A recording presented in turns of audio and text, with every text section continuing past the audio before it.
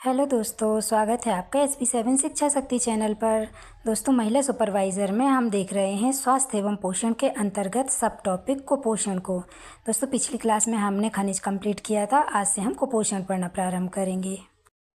दोस्तों, आज हम देखेंगे कुपोषण यानी कि माल न्यूट्रिशन। कुपोषण कहलाता है जब लंबे समय तक संतुलित भोजन नहीं मिलता, मतलब लंबे समय तक संतुलित भोजन का अभाव से कुपोषण की समस्या होती है ना। पोषण प्रक्रिया के 3 चरण होते हैं: भोजन को ग्रहण करना, भोजन का अवशोषण करना और भोजन का उपयोग करना। इनटेक ऑफ फूड, जिससे कार्बोहाइड्रेट, प्रोटीन, वसा, खनिज, विटामिन, फाइबर्स आदि प्राप्त होते हैं। अवशोषण, जो शरीर के अंगों द्वारा मतलब आवश्यक क्रियाएं होती हैं, आंतरिक और बाह्य, है ना। और उपयोग क्या होता है इसका? दैनिक जीवन में उपयोग होता है भोजन का, ऊर्जा प्राप्त करने में और शरीर की जो टूट फूट होती है उसकी मरम्मत करने के लिए। अब कुपोषण की हम व्यवस्थित परिभाषा देखते हैं। कुपोषण पोषक तत्वों को ग्रहण, अवशोषण और उपयोग करने में असमर्थता, है ना। और इसकी WHO की परिभाषा देखते हैं। एक व्यक्ति में ऊर्जा या पोषक तत्व ग्रहण करने में कमियां, अधिकता या असंतुलन को दर्शाता है। मतलब जो ऊर्जा या पोषक तत्व जो होते हैं उसमें या तो कमी हो, या तो फिर अधिकता हो, या तो फिर असंतुलित हो, है ना। तो फिर वो कुपोषण की समस्या दर्शाता है। दोस्तों, कुपोषण के लक्षण हम देखेंगे। कुपोषण के लक्षण होते हैं: शरीर की वृद्धि न होना, प्रतिरक्षा प्रणाली कमज़ोर होना, त्वचा का ढीला होना, बाल एवं त्वचा कमज़ोर होना, वजन कम होना, चिड़चिड़ापन या उदासी आना। इसके लिए कुपोषण दूर करने के लिए सबसे महत्वपूर्ण जो पोषक तत्व होता है वो प्रोटीन होता है, जो मांस, अंडा, सोयाबीन, दालें व मशरूम से प्राप्त होता है। कुपोषण के महत्वपूर्ण 2 प्रकार होते हैं: एक अल्प पोषण और एक अति पोषण। अल्प पोषण यानी कि अंडर न्यूट्रिशन, और अति पोषण यानी ओवर न्यूट्रिशन।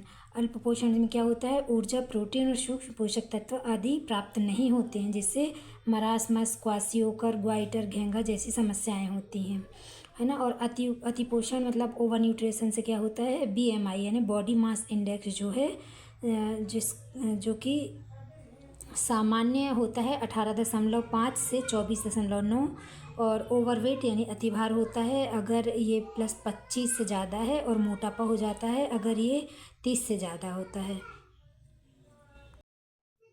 दोस्तों, कुपोषण या अल्पपोषण के कारण जो होते हैं वो प्रत्यक्ष, अप्रत्यक्ष और अन्य कारण देखते हैं हम ना। प्रत्यक्ष कारण अपर्याप्त आहार, जिससे कि संक्रमण होता है छोटी आंत या बड़ी आंत में, है ना।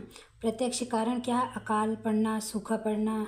और अन्य कारण होते हैं गरीबी, बेरोजगारी, खाद्य सुरक्षा की समस्या, मुद्रास्फीति, लैंगिक भेदभाव, सामाजिक बहिष्कार, अपर्याप्त शिक्षा, आहार की उपलब्धता में कमी, जनसंख्या वृद्धि और उत्पादन में कमी। दोस्तों, कुपोषण के प्रभाव हम देखेंगे 2 प्रकार से होते हैं। एक शारीरिक रूप से देखने को मिलता है और दूसरा मानसिक रूप से, है ना। शारीरिक रूप से देखते हैं जिसमें अंडर वेटिंग मतलब कि अल्प भार, जैसे आयु के अनुसार भार नहीं होता है शरीर का, मतलब वजन कम होना। दूसरा होता है स्टंटिंग या नाटापन या बौनापन, आयु के अनुसार ऊंचाई नहीं होना, है ना। तीसरा होता है वेस्टिंग यानी कि दुबलापन, लंबाई के अनुसार भार ना होना। और मानसिक रूप से मानसिक प्रभाव देखेंगे, इसमें सीखने की क्षमता कम होती है, तर्क शक्ति कम होती है, और IQ लेवल जो होता है वो भी बहुत कम। दोस्तों, अगली क्लास में हम देखेंगे कुपोषण को दूर करने के उपाय। और अगर आपको क्लास अच्छी लगी हो तो प्लीज़ चैनल को लाइक, सब्सक्राइब एंड कमेंट करें। Thank you. जय हिंद, जय भारत।